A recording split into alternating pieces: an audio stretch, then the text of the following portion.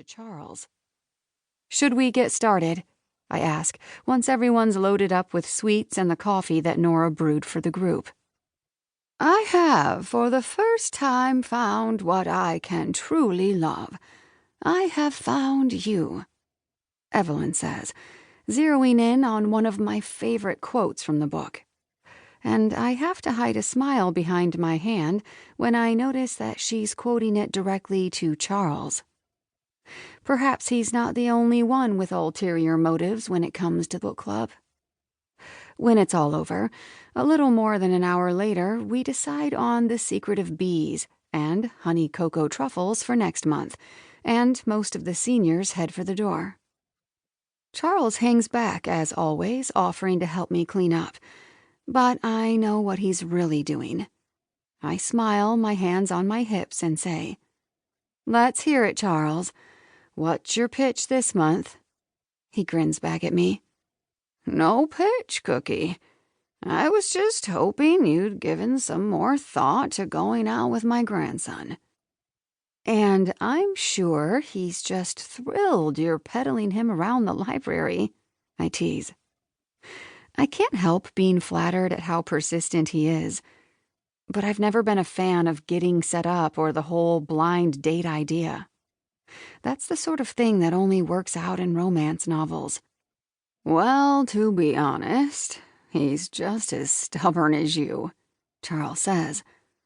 "That's one of the reasons I think you'd be perfect for each other. Plus, he loves books just as much as you do." Okay, that's one point in the mystery man's favor.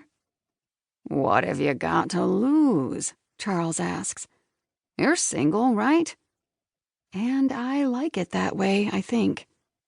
After 6 years of nonstop school and studying, I'm in no hurry to settle down, and the last thing I want is to go on a potentially awful date that could end up making things at my new job awkward.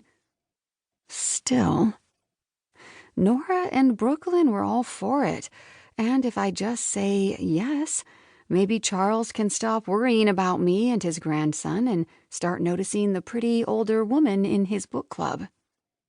Yes, I'm single, I concede. My grandson has a good heart and a decent job, and he can talk about books all night long, Charles says. I just know you'd hit it off. But what's wrong with him, I wonder, if he's so wonderful and yet his dating life is restricted to getting hooked up with the local librarian he's never even met? Okay, I say, making a snap decision before I can talk myself out of it.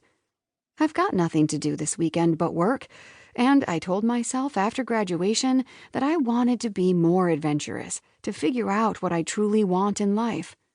Well, this was adventurous, all right. Really? Charles seems taken aback, like he never really expected to win this argument. Then a broad smile takes over his face and he claps his hands. Excellent. I'll let Chuck know. Oh boy, what have I done? Nora and Brooklyn will have a field day when they find out. But it's done. I'm doing it. Tell him he can pick me up at my place after my shift on Friday, I say. If he's game.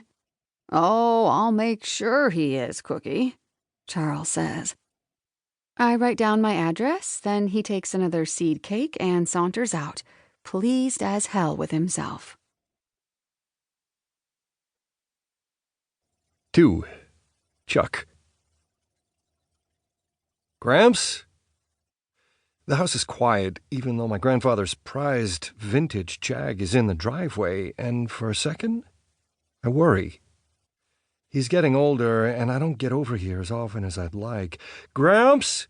I call again, setting down the load of groceries I'm carrying on the kitchen counter. What's all this shouting about? My grandfather, the eminent Charles McArthur, asks, appearing in the doorway from the backyard. He's got a pair of gardening shears in one hand, and his crisp button-up shirt is rolled up to the elbows. 72 years old, and I don't think I've ever seen him dressed down. You out there pruning Grandma's roses again?